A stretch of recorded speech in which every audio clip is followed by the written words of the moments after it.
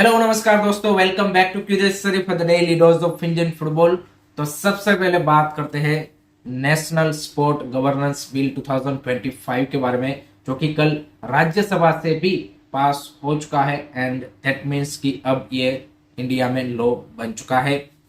India has their own sports law all over the world. India becomes the 21st country कि जिनका खुद का sporting law है। अब सिर्फ प्रेसिडेंट का सिग्नेचर बाकी है, जो कि आपको विद इन 1 वीक देखने को मिल जाएगा। एंड उसके बाद इसको ऑफिशियली नोटिफाई भी कर दिया जाएगा। बट इंडियन फुटबॉल के पर्सपेक्टिव से this is a major update, because जो हर कोई यहाँ पे सुप्रीम कोर्ट के वर्डिक्ट का इंतजार कर रहा है, उसके regarding this is a very very important thing. Because supreme court के जजेस भी कहीं ना कहीं इसी का इंतजार कर रहे थे, क्योंकि ये अब आपकी कंट्री का पार्लियामेंट के थ्रू पास हुआ लॉ है। सो अब सुप्रीम कोर्ट भी जो एएफएफ का न्यू कॉन्स्टिट्यूशन अनाउंस करेगा, उसको अलाइन करना पड़ेगा इस स्पोर्ट लॉ के साथ। मोस्ट ऑफ द चीजें अलाइन ही है, क्योंकि ये जो यहाँ पे नेशनल स्पोर्ट बिल बनाया गया है, ये 2022 में यहाँ पे सुप्रीम कोर्ट ने जब एएफएफ का ड्राफ्ट कॉन्स्टिट्यूशन स्टार्ट किया या फिर जो चीजें की, वो कई सारी चीजें अलाइंड ही है। कुछ यहाँ पे क्लोजेस ऐसे होंगे कि जिनको यहाँ पे इनलाइन करना है, दैट्स इट। एंड उसके बाद आपको सुप्रीम कोर्ट का verdict may be with in 1 month या फिर 2 मंथ देखने को मिल सकता है। एंड देन यहाँ पे जो आईएसएल का फ्यूचर, एमआरए के रिगार्डिंग नेगोशिएशन, एएफएफ का फ्रेश सिलेक्शन, सारी चीजें यहाँ पे उसके बाद क्लियर होगी। सो एक स्टेप अभी क्लियर हुआ है। Now the second step would be the supreme court's judgment. अब इंडियन फुटबॉल के फैंस को उसी का इंतजार करना है। नॉट ओनली फैंस को, यहाँ पे एएफएफ को भी, आईएसएल क्लब्स को भी, हर किसी को अब उसका इंतजार रहेगा। एंड उसके बाद चीजें आगे मूव फॉरवर्ड होगी।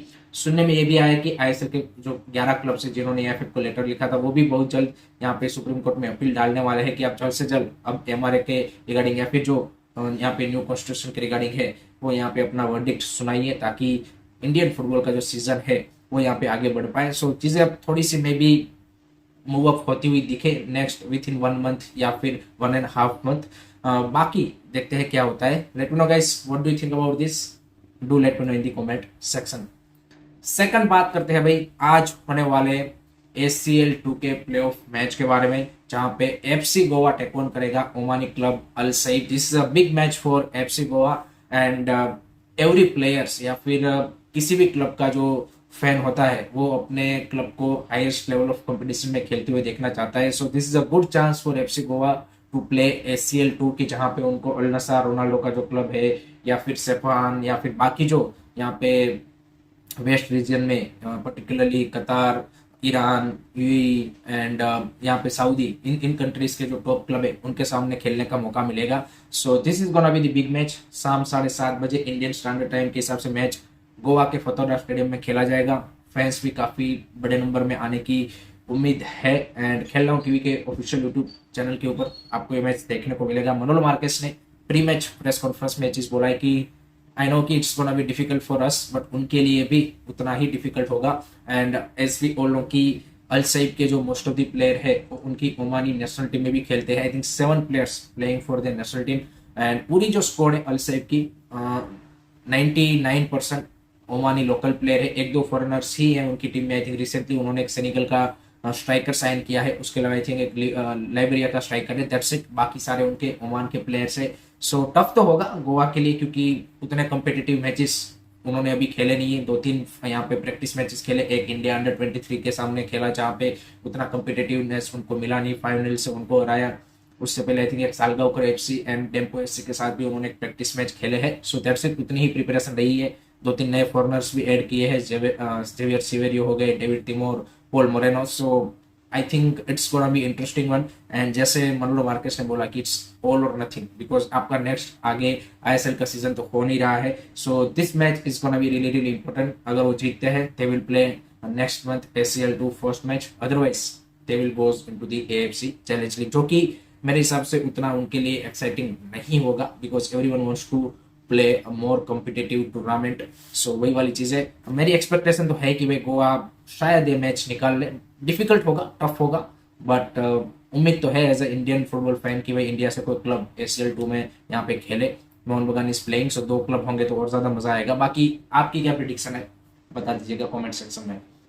थर्ड बात करनी है दुरांत कप के क्वार्टर फाइनल्स के बारे में। तो भाई फाइनली उनका भी ऑफिशियल ड्रॉ हो चुका है and as we all know कि भाई दुरांत कप में अगर कोलकाता डर्बी ना हो तो दुरांत कप अधूरा है। दुरांत कप के ऑर्गेनाइजर्स के इंश्योर करते हैं बिफोर द टूर्नामेंट की कैसे भी करके हम कोलकाता डर्बी करवा के ही रहेंगे, वो एक पहचान है दुरांत कप की। सो भाई मोहन बगान वर्सेस ईस्ट बंगाल को उन्होंने क्वार्टर फाइनल में भिड़वा दिया है। उन्होंने रिस्क नहीं लिया कि भाई सेमीफाइनल फाइनल का वेट किया जाए, क्योंकि मे भी एक आध टीम अगर ऊपर नीचे हो गई तो उनका जो पूरा प्लानिंग है वो यहाँ पे यू कैन से कि खराब हो जाता। तो कोलकाता डर्बी होगी 17th ऑफ अगस्त को between Mohun Bagan and East Bengal. So this is gonna be the you can say कि highlight of the quarter final. उसके अलावा Jamshedpur will take on Diamond Harbour FC, वो भी इंटरेस्टिंग मैच होगा। Then North East will take on Bodoland FC, वो भी एक काफी कांटे की टक्कर में देखने को मिल सकती है। बोडोलैंड एफसी ने अच्छा किया है। And then Shillong Lajong FC will take on Indian navy.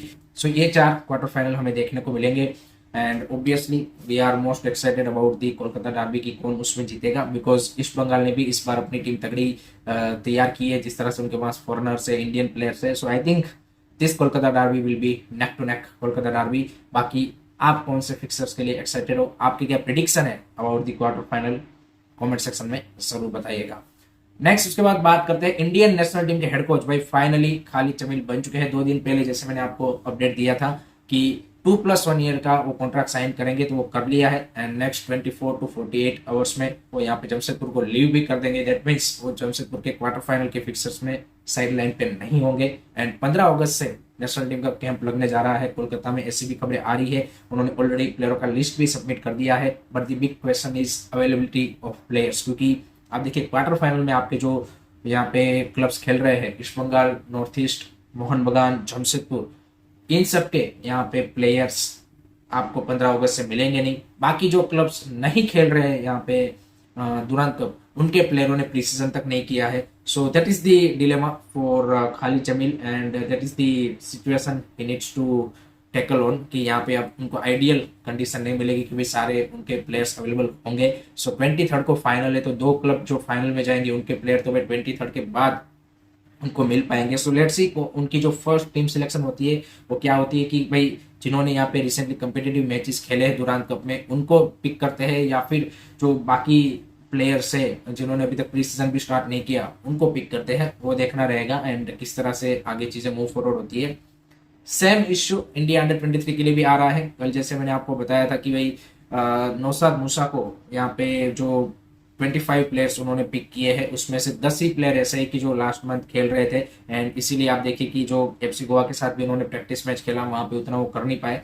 और अब एक खबर ये आ रही है कि भाई 20 अगस्त को वो मलेशिया को ट्रैवल करेंगे, जहां पे इराक के सामने 2 फ्रेंडलीज खेल रहे हैं एंड दुरांत कप का आपका फाइनल है 23 को।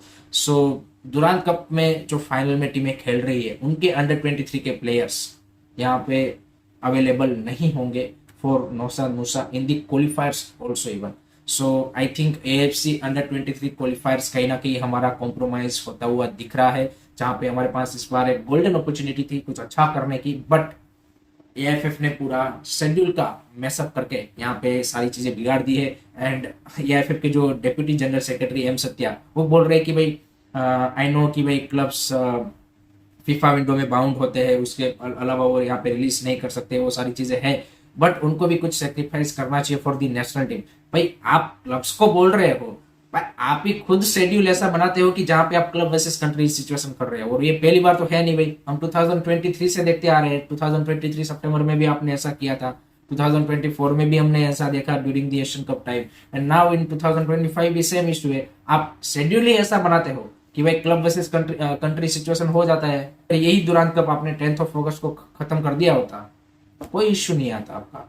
सो AFF is blaming clubs, but इसमें ऑनेस्टली बताऊं मैं क्लब से भी ज्यादा अगर किसी को ब्लेम करना चाहिए तो वो है AFF की, जिन्होंने पूरा शेड्यूल का बखेड़ा क्रिएट किया एंड इसी के चलते आप देखिए आपकी नेशनल टीम भी स्ट्रगल कर रही है, अंडर 23 भी कॉम्प्रोमाइज होकर जाएगी, क्योंकि जो नए प्लेयर्स भी आ रहे हैं उनको भी भाई सेटल डाउन होने में टाइम लगेगा एंड डायरेक्ट इस तरह के क्वालिफायर्स में उनसे परफॉर्मेंस एक्सपेक्ट करना that would be little bit too much to be honest. So situation is like that and I think under 23 qualifiers में हमारे चांसेस जो एक अच्छे चांसेस है उसको हमने अपने ही पैर पे कुल्हाड़ी मार के AFF ने कम कर दिया है। So this is the incompetency of this AFF body and ये जल्द से जल्द जाए उतना ही इंडियन फुटबॉल के अच्छा होगा, क्योंकि ये इसी तरह की चीजें यहाँ पे बार बार रिपीट करते आ रहे हैं कि जिससे इंडियन फुटबॉल को में काफी नुकसान हो रहा है।